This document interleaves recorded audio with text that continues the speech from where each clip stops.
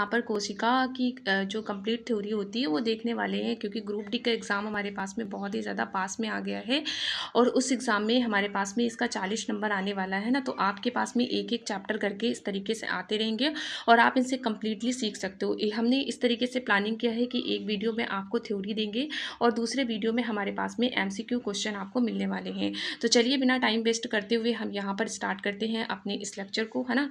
और अगर आपको जो है ये वीडियो पहले मिल गई है, ठीक है, तो MCQ की अभी आप वीडियो देख लीजिएगा। अगर आपको पता हो सकता है थ्योरी भाई आपको कंप्लीट हो, तो आप MCQ की वीडियो एक बार ज़रूर देख लीजिएगा या फिर इसी को देख लीजिएगा। 10 से 20 मिनट की वीडियो होगी और आपको सारा पूरी जानकारी जो है आपकी रिविज़न हो जाएगी। रिविज़न के लिए एक रामबाण उपाय हो सकता है, आप यहाँ से बहुत ही जल्दी से आराम से रिविज़न कर सकते हैं।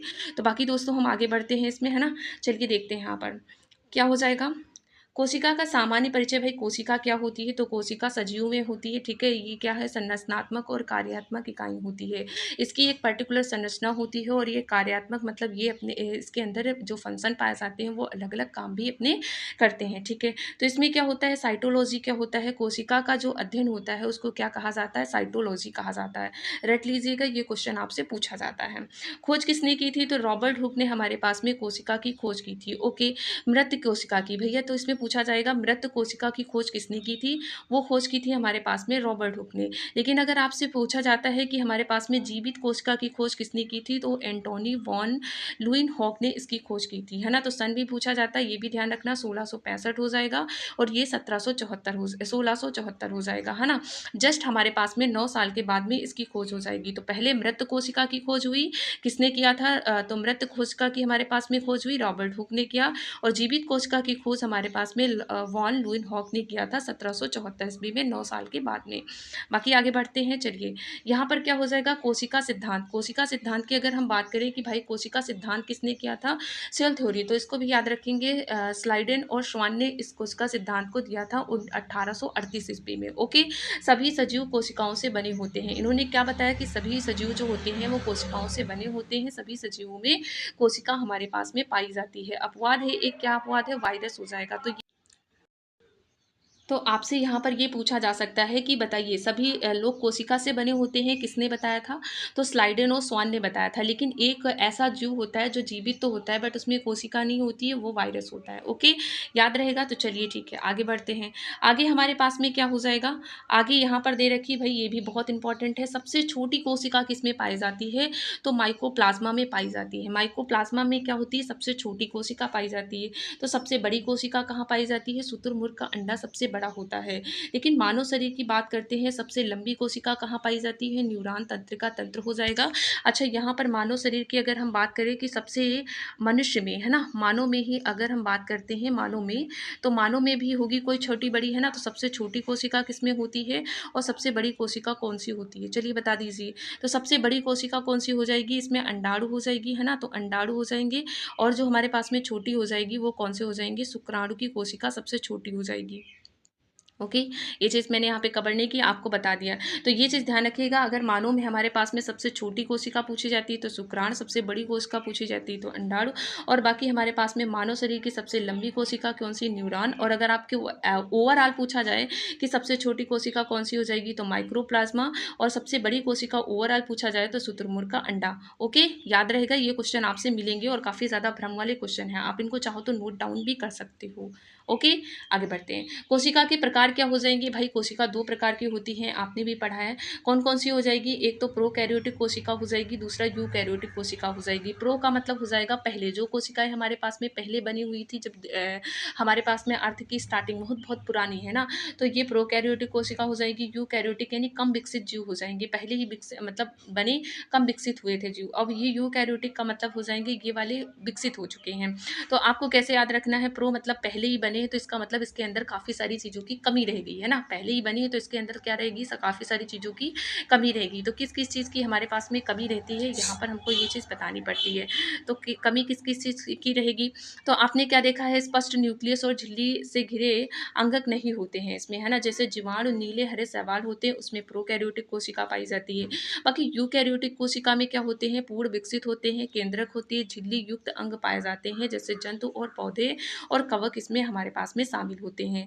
ओके, आगे क्या हो जाएगा, हमारे पास में जो कोशिकांग होते हैं उनसे रिलेटेड आपको जानकारी आनी चाहिए, बहुत ही ज़्यादा पूछा जाता है कि प्रमुख हमारे पास में कोशिकांग और उनके कार्य क्या हो जाएँगे।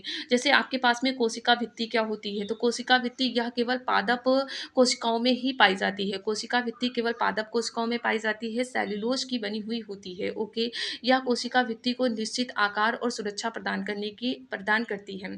तो भैया कोशिका भित्ति किसमें पाई जाती है, सिर्फ पादप कोशिकाओं में पाई जाती है, ये चीज़ ध्यान रखना बस आपको इतना, है ना। कोशिका झिल्ली की बात करते हैं तो क्या होता है, यह पादप और जंतु दोनों में पाई जाती है। अर्धपारिगम कैसी झिल्ली पाई जाती है, अर्धपारिगम होता है और लिपिड और प्रोटीन की बनी हुई होती है। एक एक पॉइंट से आपको क्वेश्चन यहाँ पे मिलने वाला है, ठीक है। तो सारे पॉइंट हम यहाँ पर ध्यान रखेंगे।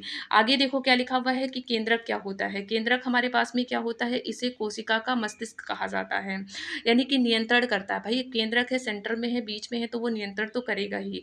इसकी खोज किसने किया था, रॉबर्ट ब्राउन ने इसकी खोज किया था, ये भी पॉइंट नोट कर लीजिए। और इसमें जो हो जाएंगे डीएनए जो होता है अनुवांशिक पदार्थ पाया जाता है, तो इसमें क्या पाया जाता है, डीएनए नामक अनुवांशिक पदार्थ इसके अंदर पाया जाता है। अब हमारे पास में क्या आ जाएगा, यहाँ पे माइटोकॉन्ड्रिया, है ना, यहाँ पे माइटोकॉन्ड्रिया हो जाएगा। बोर तो नहीं हो रहे हैं आप लोग, माइटोकॉन्ड्रिया भाई बोर मत होइएगा, बस बस छोटा सा ही चैप्टर है ना, हम सारे पार्ट आपको रिवीजन करा देते हैं ताकि एकदम से याद हो जाए हमें। माइटोकॉन्ड्रिया क्या हो जाएगा, इसे कोशिका का शक्ति गृह कहा जाता है। क्या कहा जाता है, शक्ति गृह कहा जाता है, पावर हाउस कहा जाता है। इसमें कोशिका श्वसन होता है और एटीपी अणु के रूप में ऊर्जा संचित्र होती है। तो आपसे अगर ऊर्जा के बारे में कहाँ संचित्र होती है भाई, माइटोकॉन्ड्रिया में संचित्र होती है, ये चीज़ आप बताओगे। ओके, नेक्स्ट आता है राइबोसोम। राइबोसोम क्या होता है, इसे प्रोटीन की फैक्ट्री कहा जाता है, या कोशिका की सबसे छोटा अंगक होता है। तो सबसे छोटा अंगक कोशिका में कौन सा है, राइबोसोम। प्रोटीन की फैक्ट्री किसको कहा जाता है, कोशिका में राइबोसोम को, ठीक है। तो ये चीज़ अभी हमें अच्छे से याद रहेगा। आगे बढ़ेंगे, लाइसोसोम। लाइसोसोम क्या हो जाएगा, इसे आत्मघाती थैली कहा जाता है और इसमें पाचक एंजाइम पाए जाते हैं। ओके, पचाता है, जो अपशिष्ट पदार्थों को नष्ट करता है। बेटा अपशिष्ट पदार्थों को नष्ट करता है, किसी को खत्म करता है, इसीलिए कहता है ये आत्महत्या कर देता है, मतलब आत्मघाती थैली इसको कहा जाता है, लाइसोसोम को। ओके, तो हम आगे यहाँ पर बढ़ेंगे। आगे क्या होगा हमारे पास में, आगे हो जाएगा नेक्स्ट हमारे पास में अंतःप्रद्रवी जालिका। चलिए, अंतःप्रद्रवी जालिका हो जाएगी, इसका क्या मतलब होता है, यह हमारे पास में कोशिका को कंकाल तंत्र बनाकर देती है। दो प्रकार की होती है, एक तो खुरदरी हो जाएगी, दूसरी चिकनी हो जाएगी। तो अंतःप्रद्रवी जालिका क्या होती है, कंकाल तंत्र प्रदान करने का मदद करती है। गाल्जी काय के बारे में अगर हम जाने यहाँ पर कि गोल्जी काय क्या होता है, गोल्जी काय यह केंद्र कोशिका का ट्रैफिक पुलिस कहलाती है। यह पदार्थों के परिवहन और पैकेजिंग से रिलेटेड होता है। तो परिवहन और पैकेजिंग से रिलेटेड कौन हो जाएगा, गोल्जी काय रिलेटेड होता है, ठीक है। और बाकी हमारे पास में यहाँ पे नेक्स्ट आ जाएगा। नेक्स्ट हमारे पास में क्या है, लवक। लवक जो होता है यह पादप कोशिकाओं में ही पाया जाता है, लवक पादप कोशिकाओं में ही पाया जाता है।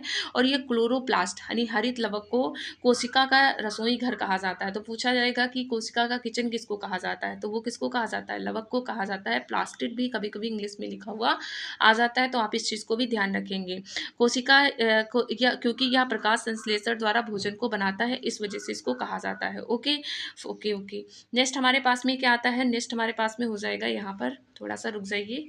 नेक्स्ट हमारे पास में हो जाएगा तारक काय, है ना। तारक काय, तारक क्या क्या होता है हमारे पास में, यह केवल जंतु कोशिकाओं में पाया जाता है, कोशिका विभाजन में मदद भी करता है। तो कोशिका विभाजन में मदद करता है और हमारे पास में किस में पाया जाता है, तो केवल जंतु कोशिकाओं में ये हमारे पास में पाया जाता है। तो भाई ये रहा हमारे पास में सेल से रिलेटेड कंप्लीट